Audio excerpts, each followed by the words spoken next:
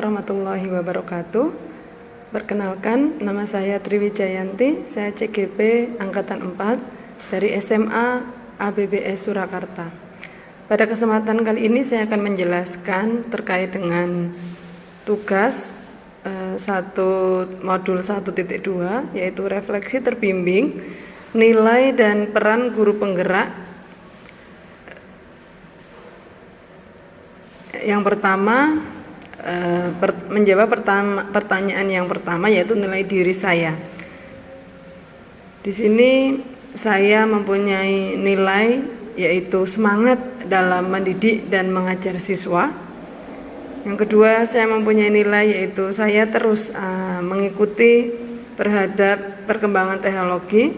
Yang kedua, saya mencoba hal-hal yang baru yang berguna untuk perbaikan pembelajaran. Yang ketiga, saya selalu bekerja sama dengan guru lain maupun pihak terkait untuk menciptakan perubahan. Dan saya juga mempunyai nilai yaitu meningkatkan kualitas diri saya. Meningkatkan kualitas diri saya dengan cara mengikuti pelatihan-pelatihan yang ada.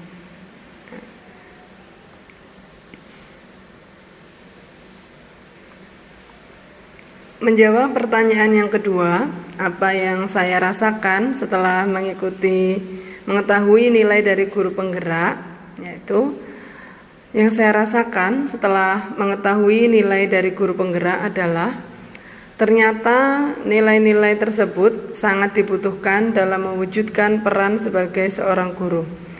Nilai-nilai dari seorang guru penggerak sebenarnya sedikit banyak sudah saya miliki selama ini, sudah ada dalam diri saya. Hanya saja memang penguatannya semakin nyata setelah saya mempelajari nilai guru penggerak di modul 1.2 ini. Setelah mengetahui nilai dari guru penggerak, saya semakin merasa kurang. Karena merasa kurang tadi, maka saya tertantang untuk menerapkan kelima nilai dari guru penggerak, yaitu mandiri, reflektif, kolaboratif, inovatif, dan berpihak pada murid. Oke, menjawab pertanyaan ketiga terkait dengan nilai dari guru penggerak apa yang sudah saya miliki sekarang. Alhamdulillah, saya sudah memiliki kelima nilai tersebut, yaitu nilai mandiri, nilai kolaboratif, nilai reflektif, nilai inovatif, dan juga nilai berpihak pada murid. Kenapa? Karena alhamdulillah sudah ada pada diri saya kelima nilai tersebut, walaupun sekali lagi untuk penguatannya mungkin di beberapa nilai masih kurang. Untuk pertanyaan yang keempat, di antara nilai-nilai tadi, kelima nilai tadi yang sudah saya pelajari, saya merasa diri saya itu perlu meningkatkan ataupun menguatkan nilai yaitu reflektif. Alasannya karena selama ini saya pribadi dalam melakukan sebuah tindakan, contohnya saja proses pembelajaran atau menyelesaikan program tertentu, itu saya sering sekali terlewat untuk mencatat apa saja kekurangan yang ada. Dan juga saya sering lupa untuk menuliskan berita acara dari program itu, sehingga saya kurang mengambil pelajaran dari pelaksanaan program tersebut, yang akhirnya saya tidak kurang untuk mengevaluasi program dan kekurangan apa dalam pembelajaran yang saya lakukan. Oleh karena itu di sini saya merasa sangat dan masih untuk membutuhkan penguatan pada masalah reflektif. Untuk menjawab pertanyaan yang kelima, yang saya rasakan setelah mengetahui peran dari seorang guru penggerak, saya semakin menyadari bahwa guru penggerak diharapkan menjadi teladan dan juga agen perubahan di dalam ekosistem pendidikan. guru harus mempunyai dampak lain selain perubahan positif di kelasnya sendiri. Guru penggerak harus memberikan dampak kepada guru-guru lain serta dampak kepada sekolahnya.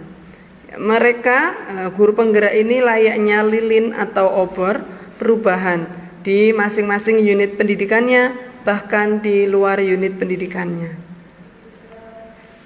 Untuk pertanyaan yang keenam, yang bisa saya lakukan khusus untuk diri saya sendiri untuk menguatkan peran dan nilai guru penggerak adalah yang pertama, saya mengembangkan diri sendiri sebagai bentuk nilai mandiri, yaitu dengan terus mengikuti pelatihan, mengikuti workshop agar kompetensi sebagai guru semakin meningkat.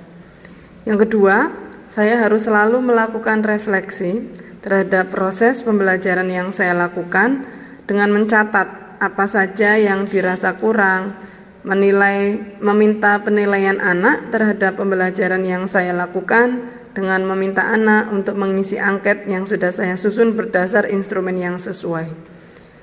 Yang ketiga, saya berusaha selalu menciptakan suasana belajar yang menggairahkan dan menyenangkan, yang dapat membantu siswa mengembangkan potensi yang dimiliki sesuai kodratnya.